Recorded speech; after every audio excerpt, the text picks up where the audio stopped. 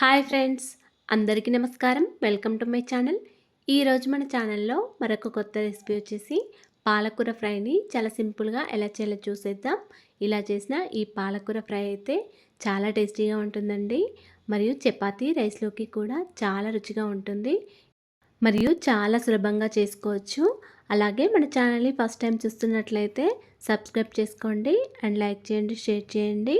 మరి ఎంతో టేస్టీగా చాలా సింపుల్గా చేసుకునే ఈ పాలకూర ఫ్రైని ఇప్పుడు ఎలా చేయాలో చూసేద్దామండి.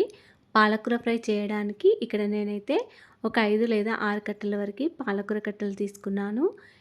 ఈ పాలకూర కట్టలన్నింటిలో కూడా గడ్డ ఏమైనా ఉంటే తీసేసి ఇలా సన్నగా తరుక్కొని పెట్టుకోవాలండి. ఇలా సన్నగా తరిగిన పాలకూరను ఒక 2-3 సార్లు శుభ్రంగా వాటర్తో కడుక్కోవాలండి. ఈ ఆకుకూరలో మట్టి బాగా ఉంటుంది కాబట్టి కనీసం ఒక 3 సార్లైనా వాటర్తో కడుక్కోవాలి. ఇలా శుభ్రంగా కడుక్కున్న పాలకూరనంతా కూడా వాటర్ ఏమీ లేకుండా చూసుకొని ఒక ప్లేట్లోకి వేసుకోవాలి. తర్వాత స్టవ్ ఆన్ చేసుకొని ఒక కడాయి పెట్టుకొని ఇందులోకి ఒక టేబుల్ స్పూన్ వరకు ఆయిల్ వేసుకోవాలి. ఆయిల్ వేడైన తర్వాత ఒక టీ స్పూన్ వరకు జీలకర్ర ఆవాలు వేసుకొని కొద్దిగా ఫ్రై చేసుకోవాలి. తర్వాత ఒక హాఫ్ టీ స్పూన్ వరకు మినప్పప్పు, ఒక హాఫ్ టీ స్పూన్ వరకు శనగపప్పు వేసుకొని కొద్దిగా ఫ్రై చేసుకోవాలండి. ఇవి ఫ్రై అయిన తర్వాత ఒక 5-6 వరకు పచ్చిమిర్చిని ఇలా పొడుగ్గా కట్ చేసుకొని వేసుకోవాలి. అలాగే ఒక 2 పెద్ద సైజు ఆనియన్స్ని తీసుకొని ఇలా పొడుగ్గా కట్ చేసుకొని వేసుకోవాలి. ఆనియన్స్ లైట్గా ఫ్రై అయిన తర్వాత దీనిలోకి ఒక టీ స్పూన్ వరకు అల్లం వెల్లుల్లి పేస్ట్ వేసుకొని అల్లం పచ్చివాసన పోయే వరకు ఫ్రై చేసుకోవాలి.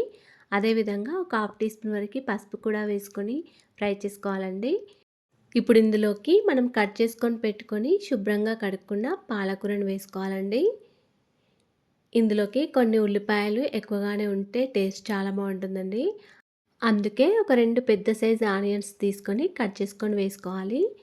ఇప్పుడు ఈ పాలకూరని అంతా కూడా వేసుకున్న తర్వాత మొత్తం ఒకసారి బాగా కలుపుకోవాలండి. మొత్తం అంతా కూడా బాగా కలిపిన తర్వాత దీనిలోకి రుచికి సరిపడా సాల్ట్, ఒక 1.5 టీ స్పూన్ వరకు కారం వేసుకోండి. సాల్ట్ అయితే కొద్దిగా చూసుకొని వేసుకోండి, ఎందుకంటే మనకు పాలకూర ఉడికేసరికి దగ్గరగా అయిపోతుంది కాబట్టి సాల్ట్ తక్కువగా వేసుకోవాలి.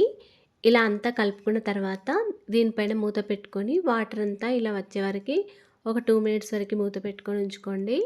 ఇప్పుడు మూత తీసి పాలకూరని మొత్తం ఇలా ఉడికించుకోండి. పాలకూరలోని మొత్తం నీరు ఇంకిపోయే వరకు బాగా ఉడికించుకోవాలండి.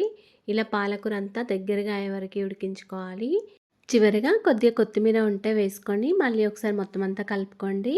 పాలకూరలోని వాటర్ అంతా ఇంకిపోయి ఇలా దగ్గరగా అయ్యే వరకు స్టవ్ని హై ఫ్లేమ్లో పెట్టుకొని ఇలా దగ్గరగా అయిన తర్వాత స్టవ్ని సిమ్లో పెట్టుకొని కొద్దిసేపు ఫ్రై చేసుకోండి. అంతేనండి, ఎంతో టేస్టీగా సింపుల్గా చేసుకునే పాలకూర ఫ్రై రెడీ అయిపోయింది. వీడియో కనుక నచ్చినట్లయితే ఒక లైక్ చేయండి అండ్ షేర్ చేయండి. ప్లీజ్ మా ఛానల్ని సపోర్ట్ చేయండి. Thanks for watching.